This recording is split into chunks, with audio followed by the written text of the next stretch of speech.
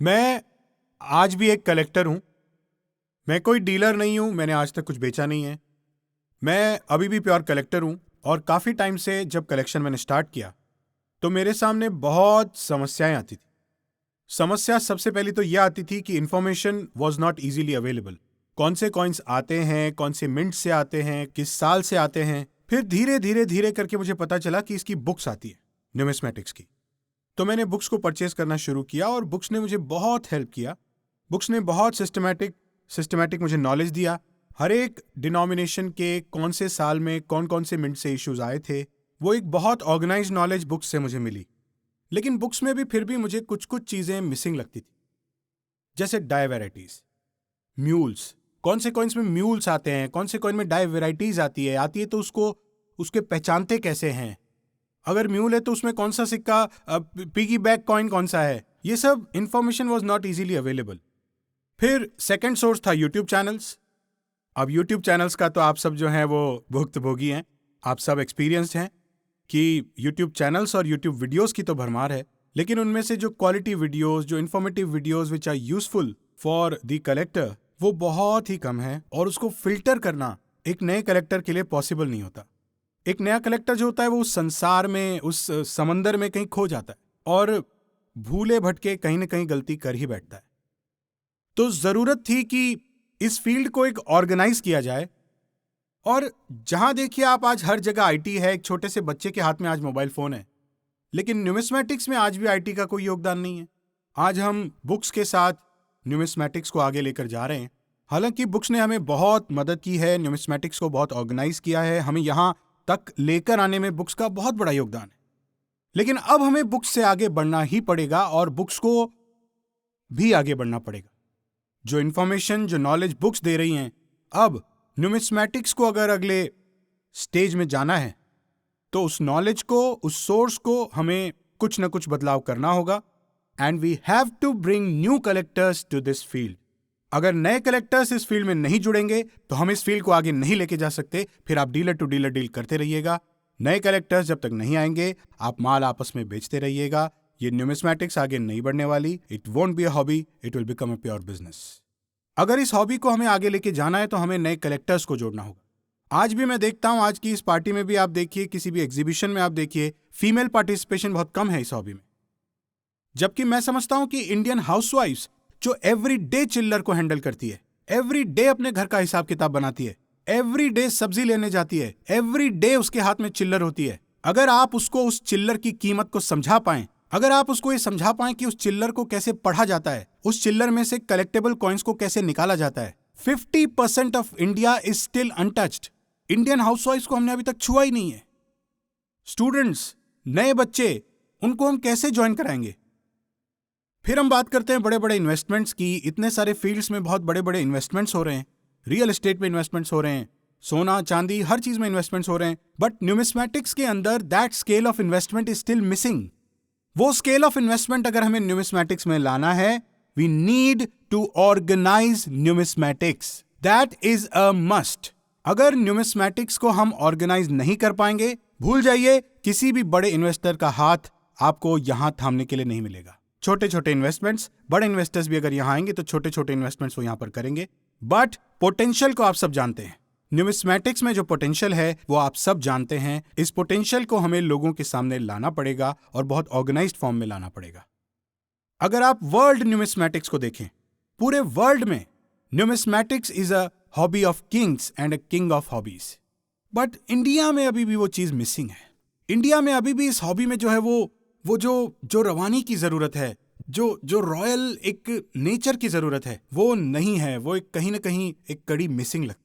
और अगर आप देखेंगे तो पूरे वर्ल्ड वाले लोग इंडिया के कॉइन्स को देख रहे हैं, लेकिन उनके पास सोर्स नहीं है। इंडिया में we have the richest numismatics.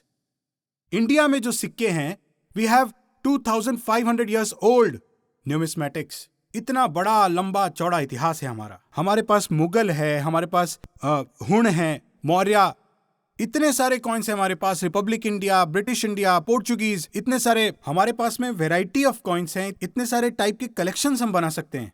तो India is the richest in the field of numismatics. But अभी भी वो जो स्टेज हम डिजर्व करते हैं इन इंडियन न्यूमिस्मेटिक्स वो हम अचीव नहीं कर पाए हैं. And in my opinion the first step is to organize numismatics. And Numiscape is the first step towards that goal.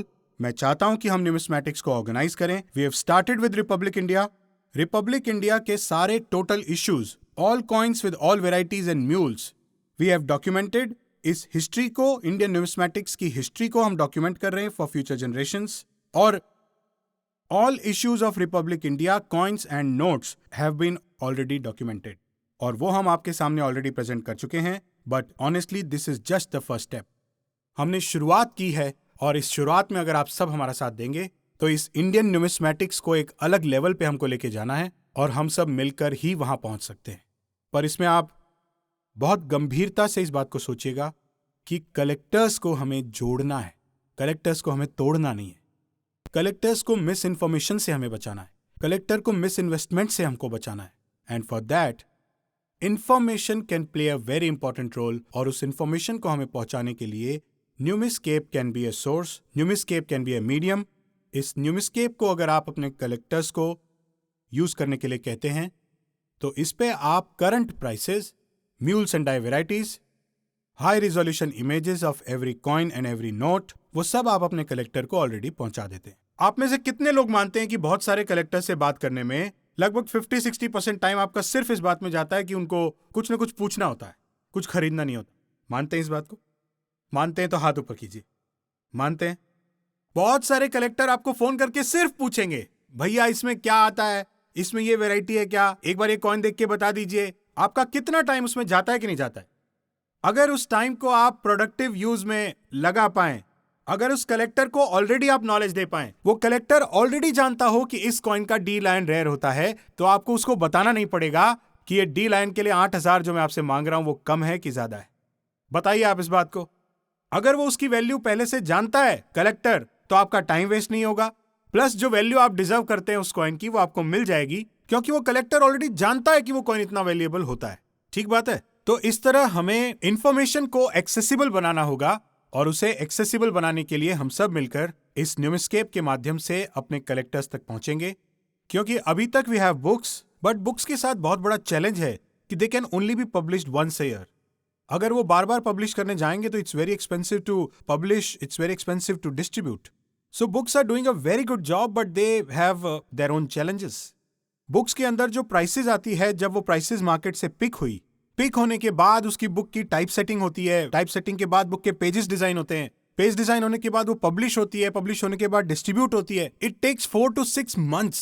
जब वो बाजार से प्राइस पिक हुई, जब बाजार की प्राइसेस ली गई और जब बुक पब्लिश हुई, तब ऑलरेडी वो प्राइसेस 6 महीना पुरानी हो चुकी होती हैं. जब कलेक्टर के पास वो प्राइसेस पहुंचती हैं, already those prices are 6 months old. अब कलेक्टर को अगर नई प्राइसेस आपको देनी है तो आईटी, जो इंफॉर्मेशन टेक्नोलॉजी है, website, software, that is the only way to go. अगर हम फ्रेश प्राइसेस कस्टमर को दे पाएंगे, गोल्ड प्राइसेस अप डाउन होती रहती है, शेयर प्राइसेस अप डाउन होती रहती है, why not numismatics? Maybe not that frequently, but yes, definitely the update should be there. We deserve that thing. As numismatists, we deserve that upgrade in our business, in our hobby. अब जो collector है उसके लिए prices, उसके लिए जब fair होगी, वो इजीली कॉन्फिडेंटली आपसे बाय कर पाएगा, बिकॉज ही नोज कि हाँ ये इतने का होता है, तो वो कॉन्फिडेंटली आपसे बाय कर पाएगा. और जो सेलर्स हैं वो भी देखिए, अगर मैं कॉइन्स की बात करूं तो लगभग 1630 कॉइन्स हैं रिपब्लिक इंडिया में. अगर हम नोट्स की बात करें तो 900-950 नोट्स हैं, अलग अलग इश्यूज हैं. हर एक इशू का, कॉमन से लेके एक्सट्रीमली रेयर तक, हर एक इशू का करंट प्राइस एवरी डे हर डीलर को याद रहे, ऐसा पॉसिबल नहीं.